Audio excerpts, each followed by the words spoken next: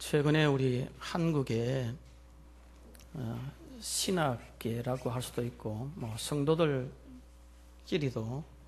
상당히 좀 논쟁거리로 많이 지금 사람의 입에 회자되고 있는 것 중에 기독교의 기본적인 교리를 설명할 때에 칼 바르트라는 사람이 있습니다. 독일 사람인데 20세기, 21세기에 아주 특별히 유명한 그런 사람이죠. 칼 바르트의 신학과 그 다음에 존 칼빈의 이런 신학에 대해서 상당히 실질적으로는 논쟁거리가 많이 되어 있습니다. 그래서 칼 바르트를 상당히 중요하게 생각하고 마치 나의 스승처럼 생각하는 사람들은 칼빈의 칼자도 입에 내지 아니하려고 하는 그런 경향이 있고, 또 칼빈의 기독 강요를 중심으로 해서 이렇게 기본적으로 개혁주의적 신학을 그대로 또 지지하고 따르는 사람들의 편에서 보면 칼 바르트의 경우에 있어서는 상당히 좀 자유주의 신학적인 그런 문제가 있기 때문에 논란이 많이 된다 하고 서로 비평을 서로 해요.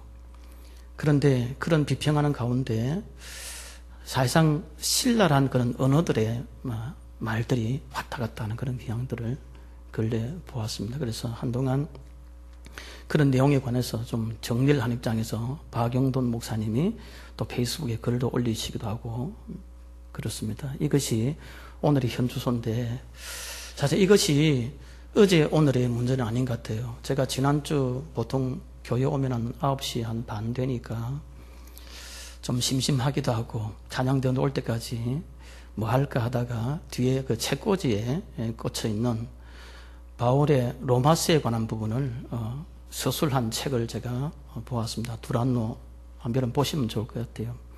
근데 그분은 상당히 신학자로서의 그런 그 면모를 갖추신 분인데 이분의 로마서에 대한 로마서에 대한 얘기를 쭉 쓰고 있으면서 거의 대부분 언급하고 있는 내용들이 칼 바르트에 대해서 언급하고 있습니다. 그리고 몰트만이라는 사람이 얘기는 하는데 칼빈에 대한 얘기는 거의 처음 마지막 21쪽인가 거의 맨 끝자락에 칼빈에 대한 얘기가 한 몇 줄 나와 있었습니다. 그리고 분명히 로마서 안에는 선택과 예정에 관한 부분이 분명히 언급되어 있음에도 불구하고 그 책에는 선택과 예정이라는 말 자체가 아예 없습니다. 이것이 말하자면 오늘날 우리의 지금 현실이라고 볼 수 있습니다. 여러분 뒤에 도서관에 그 책이 꽂혀 있으니까 한번 보십시오. 제가 이런 말씀을 드리느냐면 실질적으로 우리가 지금 이런 기독교 강요를 하는 것은 그냥 형식상에서 하는 것이 아니라 정말 우리가 성경으로 돌아가기 위해서는 어떻게 해야 될 것인가.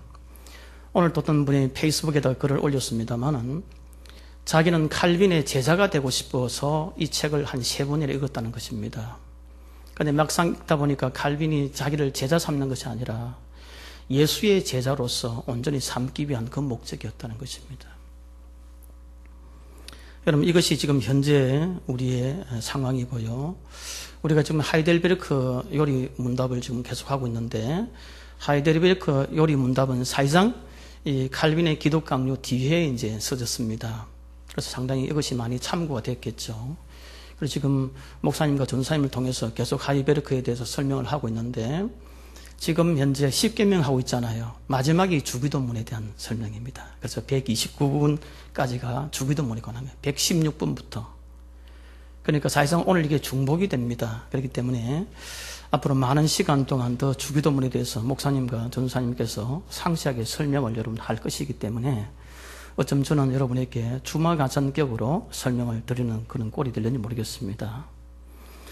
앞으로 여러분에게 칼빈의 기독 강요에 대한 특강은 한 5번 정도 하면 대략 끝이 날 것 같은 생각이 들어요. 남은 게 다음 우리 부분에 칼빈의 종말론에 대해서 설명을 드릴 것입니다. 그리고 난 뒤에 칼빈의 교회론에 대해서 설명을 드릴 것이고요.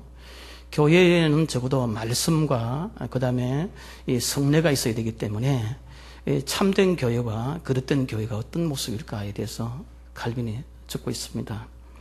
그리고 난 뒤에 교회 안에 교회 정치에 대한 부분이 언급될 것입니다. 그리고 아까 말씀드린 교회의 그런 표지 중에서 성례가 있다고 했지 않습니까? 이 부분에 대한 이화셀에 대한 부분까지 아주 언급을 많이 하고 있는데, 왜냐하면 제세례파 때문에 문제가 되어서 그걸 많이 언급하고 있습니다. 그런데 그런 부분들은 가능하면 저는 좀 너무 많은 언급하고 있기 때문에 살짝 지나가려고 해요. 그리고 마지막으로 세속 정부하고 우리 크리스찬들이 어떻게 거기에 대해서 대처해야 될 것인가 하는 부분이 칼빈의 기독 강요 4부의 마지막 내용입니다. 이런 내용들을 설명을 드리면 여러분 끝입니다.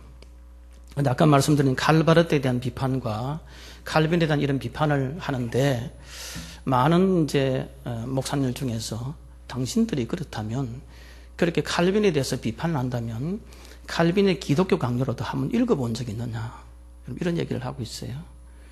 그래서 저는 사실상 앞으로 시간이 되면은 헤르만 바빙크도 좀 보려고 생각해요. 그리고 칼바르트에 대해서도 책을 좀 더 읽어보아야 되겠다는 생각을 하게 됩니다. 읽어보지 않고 그냥 형식상의 비판하는 것은 옳지 않다고 생각됩니다. 다만 부분적으로 보았을 때는 저는 칼바르트는 저로서는 용인하기 어렵다고 생각합니다. 상당히 자유주의적 경향들이 있기 때문에요. 그리고 근래 와서 이제 신학의 문제가 아니라 여러분 여러 가지 논쟁거리도 되고, 우리가 신앙생활 하는데 참 문제가 되는 것들 중에 불신자들, 다시 말씀드리면 무신론자들이 우리에게 이런 위협이 되기보다는, 오늘 목사님 다시 말씀드렸습니다, 불가지론자들이 우리에게 훨씬 위협이 될 수 있습니다. 무신론자들이야 당연히 신이 없다고 생각하기 때문에 그런데, 불가지론자들은 모르겠다는 겁니다. 있는 것 같기도 하고 없는 것 같기도 하다는 겁니다. 그래서 근래에 여러분 아마 텔레비를 통해서 내셔널 지오그래피나 이런 걸 통해서 지금 보셨는지 모르겠습니다만은 실질적으로는 불가지론자 쪽에서 주로 언급이 많이 되는 것 같은데, 이 모든 우주가 어떻게 출발했느냐 할 때 빅뱅 이론을 계속 얘기를 합니다. 그 빅뱅 이론을 얘기하면서 그 다음에 코스모스에 대한 이 평창에 대한 부분을 계속 언급하고 있습니다. 그리고 내셔널 지오그래픽에 보시면, 제가 이 그래픽을 보라는 얘기는 아닙니다. 그래픽 보라는 얘기는 아닌데, 오바마가 아주 즐겨보았던 그 얘기예요. 코스모스라는 게. 그건 막 선전을 하고 있습니다. 그런데 그걸 자세히 여러분 들여다보고 그걸 얼마 전까지 1회 했고 2회 계속 나가겠죠. 거기에는 하나님이 거기 설명이 전혀 안 됩니다. 우주라는 것은 빅뱅이 되고, 이 온 우주는 우리가 지금 가지고 있는 이 우주만이 전체 우주가 아니라 이거는 하나의 바운다리라는 거죠. 또 다른 어떤 것이 있다고 생각을 계속 하고 있거든요. 그리고 근래 와서 과학자들이 빅뱅 이론을 얘기하면서 이 빅뱅에서 처음으로 대폭발되면서 나왔던 인자, 그걸 근래 과학자가 검증했다고 얼마 전에 나왔고, 그것이 확인되게 되면 아마 노벨 물리학상을 지금 받을 그런 일케 있습니다. 여러분 이것이 오늘 우리가 지금 살아가는 이 시대의 얘기들입니다. 목사님께서도 페이스북에 글을 올려놓으셨습니다만, 아마 여러분 노아보 오신 분들 그런 생각을 하실 겁니다. 근데 그 작품을 쓴 사람이 무신론자인지 불가지론자인지 아니면 기독교를 완전히 비판하기 위한 것인지는 모르겠지만, 요즘은 스펙타클하게 영화를 만들어야 되기 때문에 그런 면에서는 그런 영화가 있을 수 있다고 생각됩니다. 제가 있을 수 있다고 얘기를 드리는 것은 왜 드리느냐면, 이제 그렇다면 우리 기독교인들도 거기에 대응하는 정말 성경적인 이런 영화를 만들어야죠. 거기에 대한 비판보다도 그런 문제가 사실 있습니다. 지금 현재 알게 모르게 이런 일들이 우리 주위 속에서 계속 일어나고 있는 상황이기 때문에 우리가 이 시대에 와서 더욱더 성경으로 돌아가지 않으면 안 되는 것이 우리 현실입니다. 그걸 잡지 못할 때는 프로이트가 되었든 아니면 칸트가 되었든 아니면 플라톤이 되었든 간에 그런 사상들이 우리 은연중에 포스트 모더니즘 그런 사고방식을 통해서 우리 속에 계속 흘러오고 있습니다. 아까도 말씀드린 것처럼 자유주의 이론들이 계속 우리 속에 들어오고 있습니다. 그래서 이런 면에서 제가 엉뚱한 좀 소리를 하고 있습니다만 지금 30분 다 됐는데요. 어저께 이제 토요일 되면은 TV, KBS TV 책을 말하다는 그게 프로가 있습니다. 그게 일본의 사사키 아타루라는 사람이 쓴 책이 이름이 있습니다. 잘나라 기도하는 손을 이란 제목입니다. 오해하지 마십시오. 잘못 생각하면 야 세상에 하나님과의 관계가 필요 없다 이 얘기가 아니고요. 오늘날 하나의 혁명이 여러분 손에 뭐 있습니까? 이 스마트폰입니다. 앞으로 시간이 지나면 이제 문서화된 책은 안 볼 거라는 생각을 하게 됩니다. 근데 이 사람은 그게 아니라 이 평가론자로서 우리의 이 스마트폰을 쳐다보고 있는 이 손을 잘라라는 겁니다.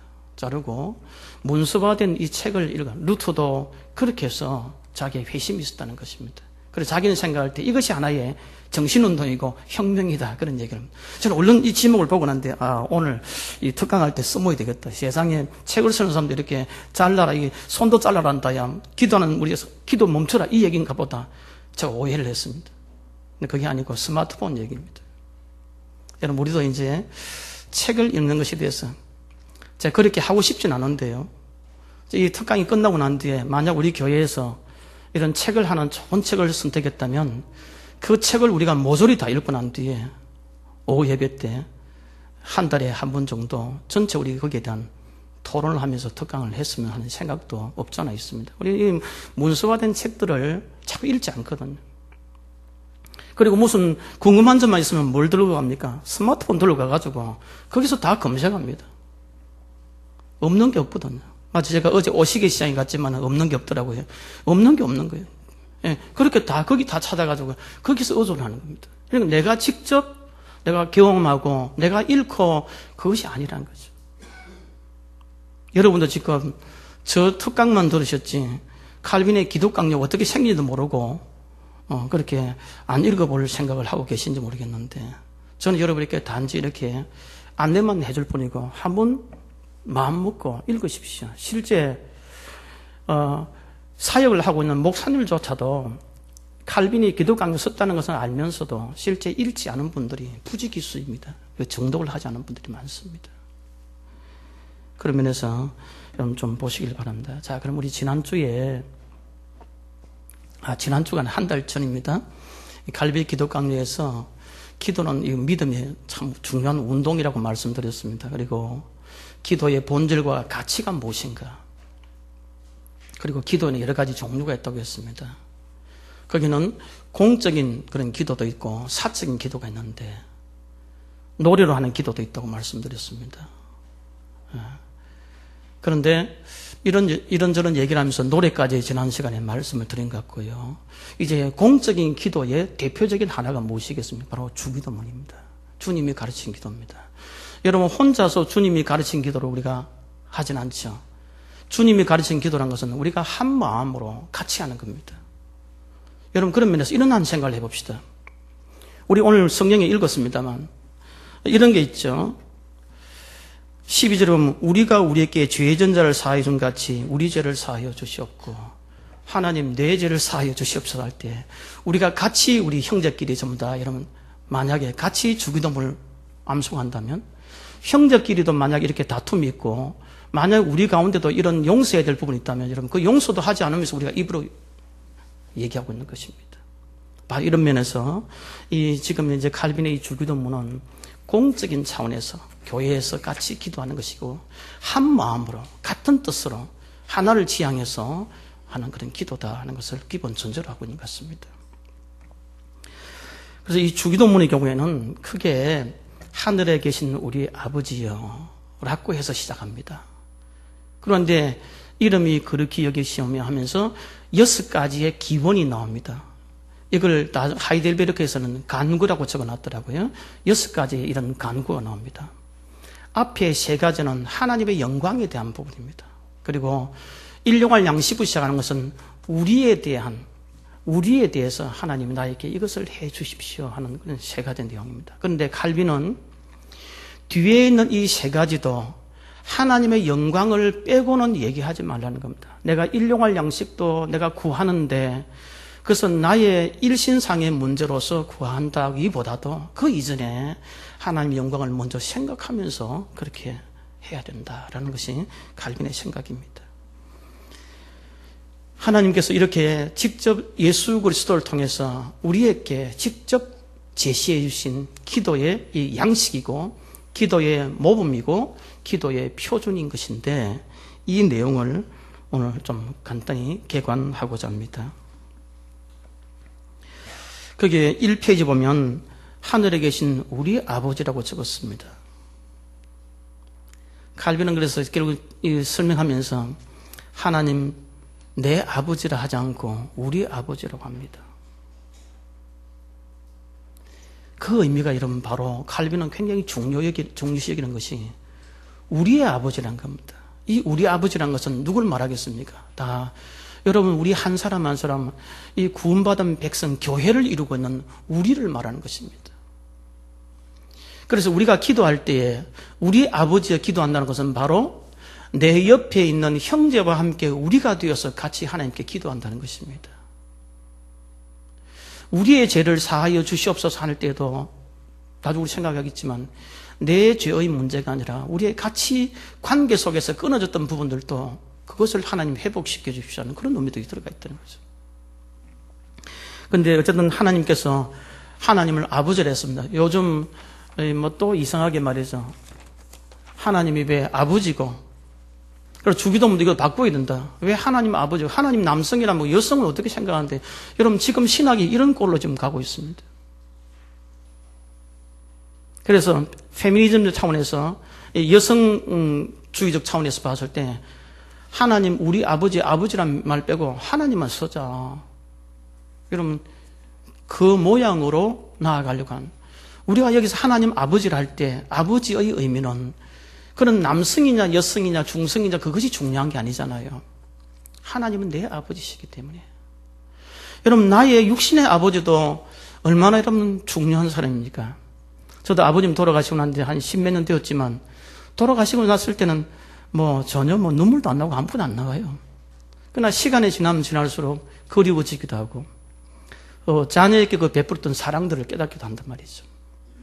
하물며 여러분 그런데 하물며 그 하나님께서는 너의 육신의 아버지가 너를 잊을런지는 몰라도 나는 너를 잊지 않겠다는 이 메시지가 이 속에 들어있다는 것입니다.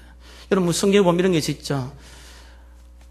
젖 먹이는 엄마가 그 아이를 젖댄 그 아이에 대해서 젖을 잠시 뗀 그 아이에 대해서는 잊는다더라 나는 너를 뭐하지 못하겠다는 잊지 못하겠다는 말씀처럼 말이죠. 칼빈은 그것을 이렇게 쓰고 있습니다.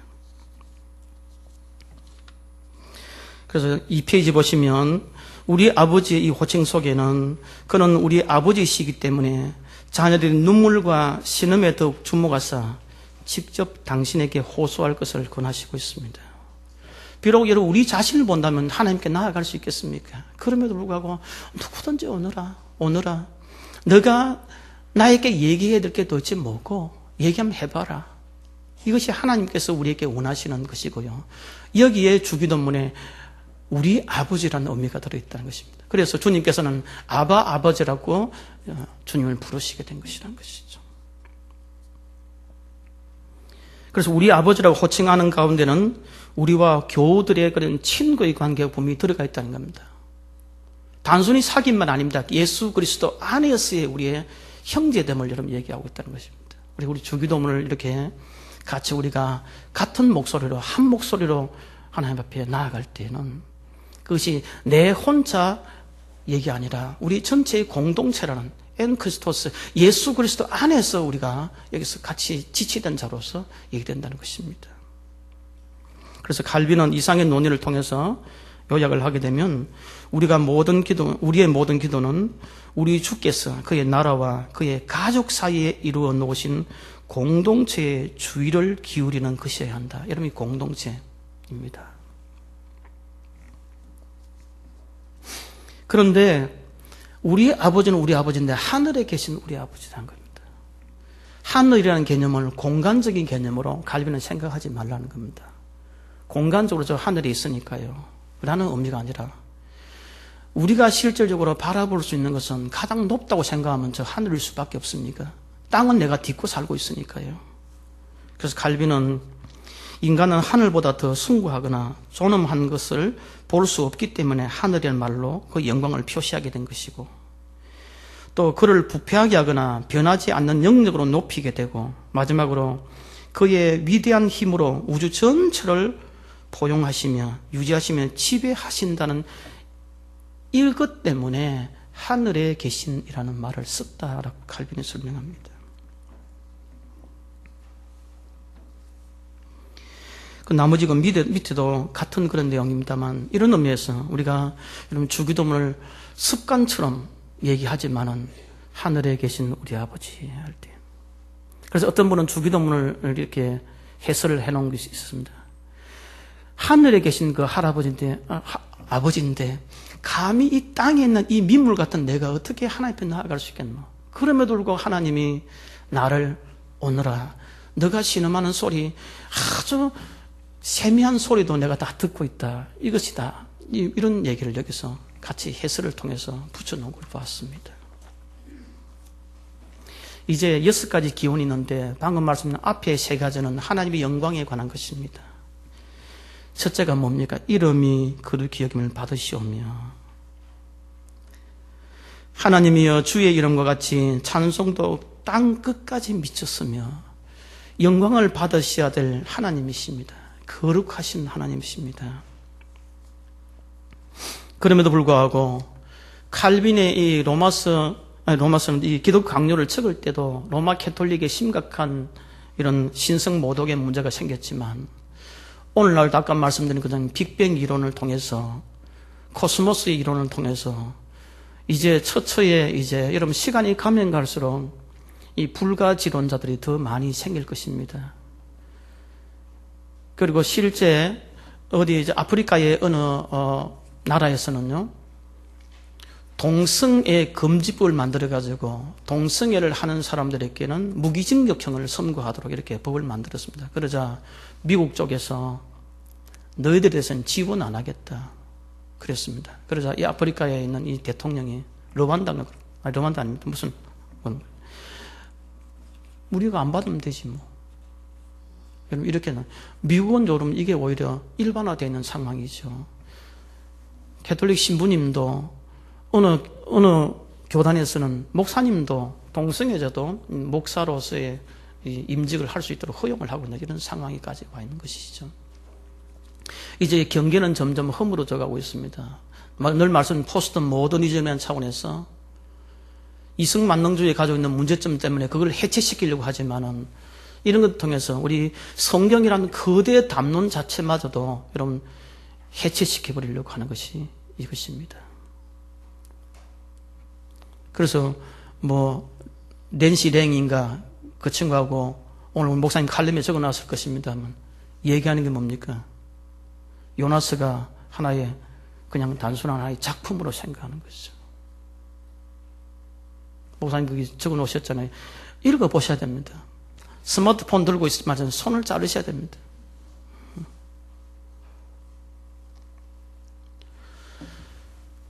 저는 그렇습니다. 그럼 예수님께서는 이 요나의 기적 이외에 달리 너희들에게 보여줄 기적이 없다는데, 그럼 예수님은 그러면 소설 쓰셨나 이 말이에요. 나라 임하옵시며 심판주 되신 주님,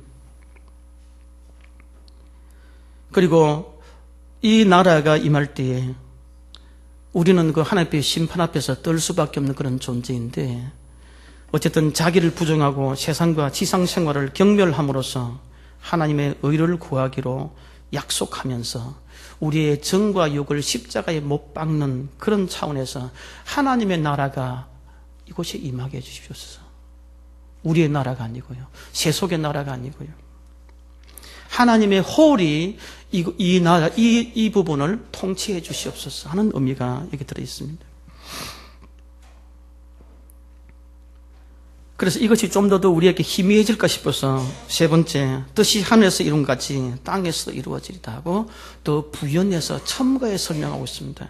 위에 나라의 임하옵시란 이 말 의미가 바로 더 분명하게 여기에, 우리가 참 너무 무지하잖아요. 그래서 칼빈은 생각할 때 이 그것을 통해서 더 분명하게 우리에게 제시해 주기 위한 것이라는 것입니다. 하나님의 이 뜻이 우리에게 이루어지기를 원한다는 겁니다. 여러분, 우리는 기도할 때 좌우전 내 뜻이 어떻게든지 이루어지면 참 좋겠다는 생각을 많이 하죠. 4페이지 보시면 칼빈은 이 일을 기도한다는 것은 우리의 육의 욕망을 버리는 것을 의미하며 또한 이 기도에 의해서 우리는 하나님께서 그의 뜻대로 우리를 주관하실 뿐만 아니라 우리 안에 새로운 마음과 심력을 창조하시도록 우리 자신을 부정하는 것을 배우게 하도록 하기 위한 것이다. 그래서 칼빈은 우리는 우리 자신에게 아무것도 기대하지 않고 하나님의 영이 우리의 심령을 주관하실 수 있게 하기 위한 게 바로 앞의 내용이다.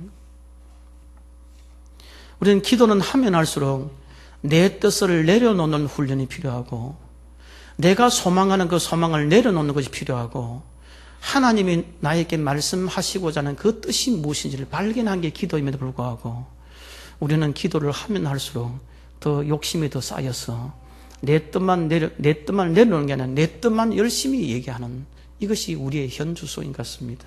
저 역시 여기는 예배가 되지 않습니다. 그래서 앞에 이 부분이 바로 그런 의미에서 우리는 우리의 주시며 아버지신 하나님께 이렇게 할 의무가 있다. 하나님의 영광을 촉진시키겠다는 소원과 열의를 품고 이름이 거룩히 받으시오며 나라에 임하옵시며 뜻이 하늘에서 이루어진 것처럼 하나님의 뜻이 이 땅에서 이루어지도록 하나님 제가 소망합니다. 이것이 바로 첫째 우리의 기도의 제목이 되었다. 그리고 두 번째 마지막 세 가지 기운이 있는데 오늘날 우리에게 일용할 양식을 주옵시고 라는 것입니다. 참 그렇지. 그럼 너무나 거창하지 않고 가장 소소한 것부터 먼저 시작하고 있습니다. 너희들이 원하는 건 너희 구원부터 먼저 얘기하지 않고요. 일용할 양식부터 얘기했다는 것입니다. 이건 왜냐하면 우리의 나약함을 이미 하나님께서 아셨다는 것입니다. 우리의 구원받는 것, 우리의 영혼의 구원 참 중요하게 생각하지만 그것보다는 배가 고프면 배고픈 것부터 먼저 느끼기 때문에 일용할 양식부터 먼저 간구를 여기에 제목으로 달았다는 것입니다. 그래서 4페이지 밑에서 두 번째 패러그래프에 보면 이렇게 나오잖아요. 그런데 마지막 세 기운 중에 먼저 일용할 양식부터 구하게 한 것은 영원 불면의 생명보다 더 중요한 것으로 어리석게 생각하는 우리를 위한 배려라는 것입니다. 죄의 용서가 얼마나 큰 것이겠습니까? 그러나 죄의 용서는 직접 관념적인 것에 불과하고 당장 우리 배고픈 거 배 부르면 좋거든요. 이것이 우리의 육신을 가지고 있는 삶이기 때문에 이렇다는 것입니다. 그리고 오늘날 우리에게 일용할 양식을 주옵시고 라는 것은 이런 문제가 있습니다. 아마 여러분 언론을 통해서 보셨을 것입니다. 10억의 그 복권, 그 무슨 복권이라고 그러죠? 로또 복권에 당첨돼가지고 이 사람이 당첨됐잖아요. 이 사람이 10억을 가지고 전전긍긍 돌아다녔잖아요. 그리고 뭐 카지노에 가서 쓰고 10억 다 날려버린 거예요. 그냥 도로 돈이 없어서 그냥 도둑질하러 돌아다니는 거예요. 여러분 그 사람 잡힌 거 보셨잖아요. 여러분 10억 당첨 안 된 것을 하나님께 감사해야 됩니다. 당첨되면 여러분 아마 이 자리에 안 있을걸요. 들고 어딜 튀어가지고. 그래서 이런 기도가 필요하다고 봅니다. 하나님 부하게도 마시고 빈하게도 마시고 저에게 일용할 양식만 우리에게 주십시오. 이게 필요할 것 같아요.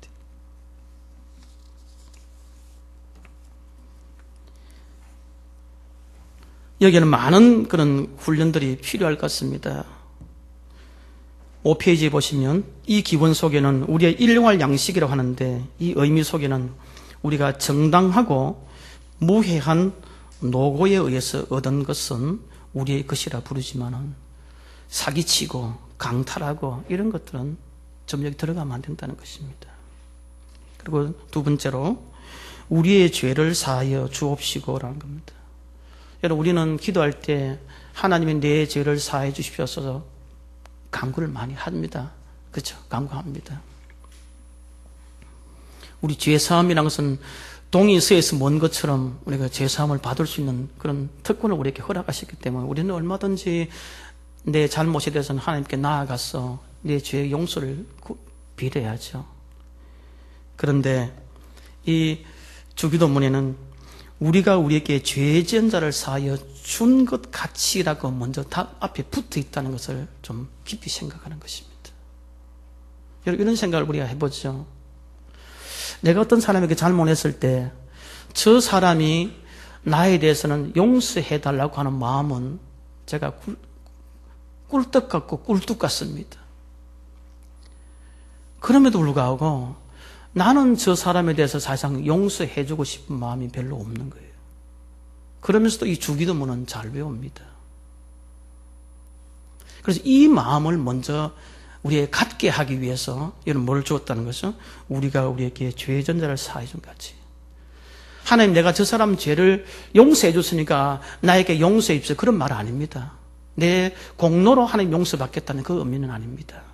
아니고 하나님, 내 속에 이런 분노, 내 속에 있는 복수심, 이런 것들을 다 저 사람에게 있었던 이것을 다 없애 주십시오. 그럴 때에 하나님께서 내 죄를 용서해달라고, 내 죄를 사해달라고 내가 드릴 수 있습니다. 그런 의미입니다.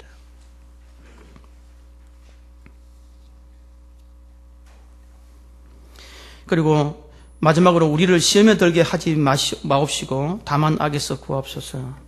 우리가 살아가다 보면 얼마나 여러분 시험 많이 치잖아요.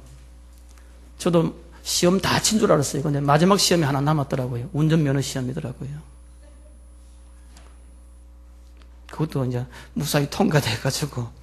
그렇지만 공부 다 했다고 생각했습니다. 이제 시험 칠 건 없다고 생각했는데 마지막 운전면허 시험도 있더라고요. 여러분, 그런 의미가 아니고 좀 썰렁한 개구죠. 이런 게 아니라 여러분, 우리에게 있어서 이 시험이라는 거, 시험은 크게 세 가지가 있습니다. 3T라 그럽니다. 하나는 테스트입니다. 하나는 트라이입니다. 또 하나는 템프테이션입니다. 여러분, 유혹이 왔을 때는 어떻게 해야 되겠습니까? 유혹이 왔을 때는 하나님 유혹을 이기게 해주십시오. 그렇게 하면 안 됩니다. 유혹은 바로 그 자리에서 떠나야 됩니다. 피해야 됩니다. 이것이 방법입니다.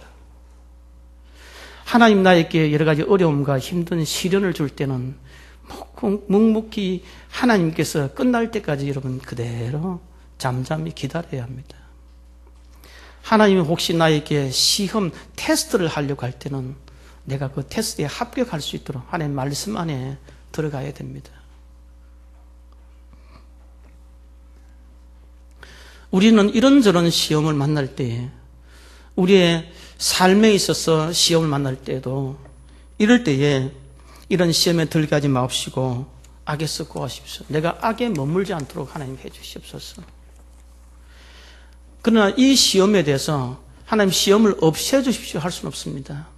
오히려 바울 사도의 가시가 그에게 오히려 하나님께 더 가까이 나아가는 것은 필요했던 것처럼. 그렇기 때문에 여러분, 시험이 전혀 없기를 기도하지 마시고요. 오히려 시험이 있을 때에 이 시험이 어떤 종류인가, 템프테이션인가, 트라이인가, 테스트인가를 생각하시고 이 시험 앞에 내가 어떻게 서야 될 것인가를 생각해야 됩니다. 자, 6페이지에 보면 우리가 어떤 시험에도 정복되거나 앞두지 않고 도리어 우리를 공격하는 모든 적대 세력에 대항해서 주의 힘으로 굳게 설 수 있도록 하옵소서 하는 의미가 여기 들어가 있습니다. 결론이죠.